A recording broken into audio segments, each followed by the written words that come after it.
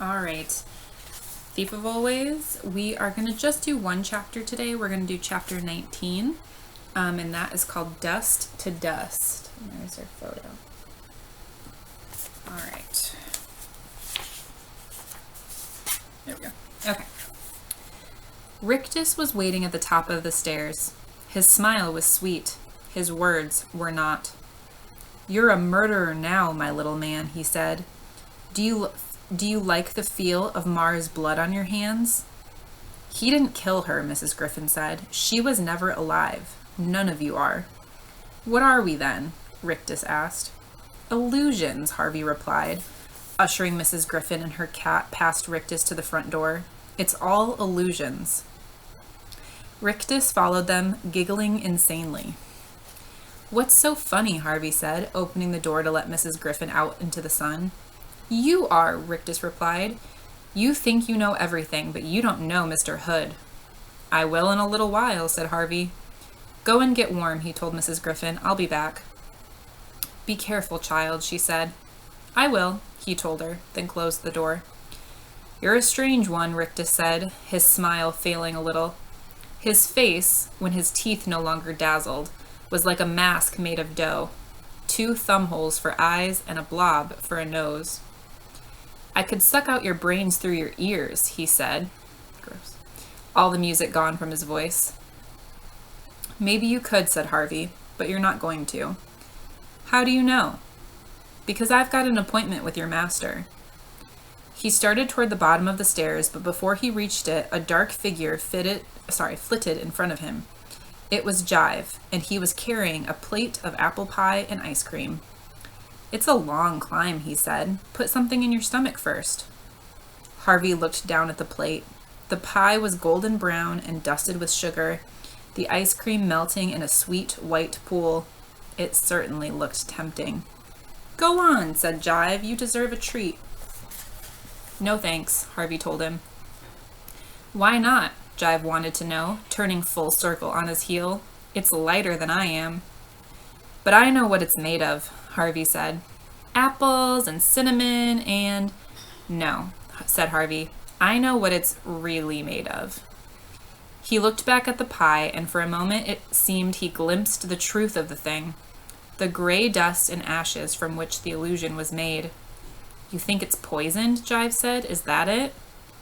"Maybe," Harvey replied, still staring at the pie. "Well, it's not," Jive said, "and I'll prove it."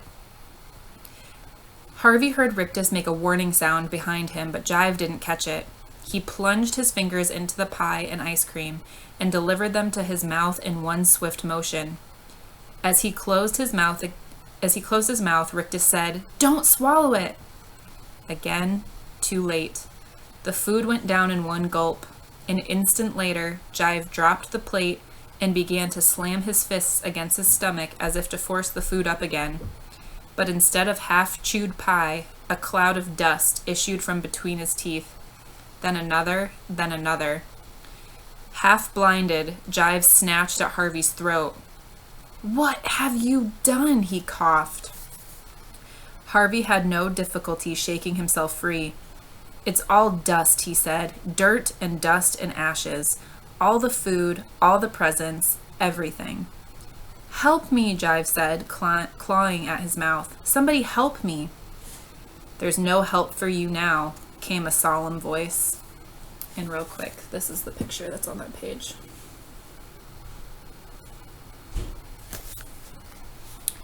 Harvey looked around. It was Rictus who had spoken, and he was retreating across the hallway, his hands clamped to his face. He stared at Jive between his fingers, his teeth chattering as he voiced the horrid truth. "You shouldn't have eaten that pie," he said. "It's reminding your belly of what you're made of." "What's that?" Jive said. "What the boy says," Rictus replied. "Dirt and ashes." Jive threw back his head, howling, "No!" at this, but even as he opened his mouth to deny it, the truth came pouring forth. Dry streams of dust that ran from his gullet and flowed over his fingers. It was like a fatal message being passed from one part of his body to another. Touched by the dust, his fingers began to crumble in their turn, and as they dropped, the same whisper of decay spread to his thighs and knees and feet. He started to drop to the ground, but with a final pirouette, swung himself around and grabbed hold of the banister. "Save me," he yelled up the stairs. "Mr. Hood, can you hear me? Please, please save me." His legs crumbled beneath him now, but he refused to give up. He started to haul himself up the stairs, still yelling for Mr. Hood to heal him. There was no reply from the heights of the house, however, nor any sound now from Rictus. There were only Jive's pleas and wheezings, and the hiss of dust as it ran away down the stairs from the emptying sack of his body. "What's going on?" Wendell said, appearing from the kitchen with ketchup smeared around his mouth. He stared at the cloud of dust that hung around the stairs, unable to see the creature at its heart. Harvey was closer to the cloud, however, and so was witness to Jive's last terrible moments. The dying creature reached up with an almost fingerless hand, still hoping, even as its life drifted away, that its creator would come to save it. Then it sank down upon the stairs, and its last pitiful fragments crumbled. "Somebody been beating the carpets?" Wendell said, as Jive's dust settled down. "Two down," Harvey murmured to himself. "What did you say?" Wendell wanted to know. Before he replied, Harvey glanced around the hallway looking for Rictus, but Hood's third servant had disappeared. "It doesn't matter," Harvey said. "Are you done eating?" "Yeah." "Was the food good?" Wendell grinned. "Yeah." Harvey shook his head. "What does that mean?" Oh, sorry. Harvey shook his head, and then Wendell asked, "What does that mean?" Harvey was on the verge of saying, "It means you can't help me. It means I have to go up and face Mr. Hood on my own." But what was the use? The house had claimed Wendell entirely. He'd be more of a hindrance than a help in the battle ahead. So instead he said, "Mrs. Griffin's outside." "So we found her?" "We found her." "I'll go say hi," Wendell said with a cheery smile. "Good idea." Wendell had his hand on the door when he turned and said, "Where will you be?"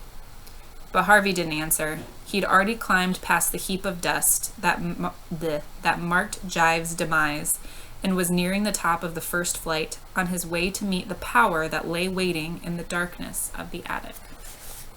We have one of these. Okay. Bummer for Jive, huh? All right. The next time we read this, we will be on chapter 20. It's called The Thieves' Meat. Okay. Bye, guys.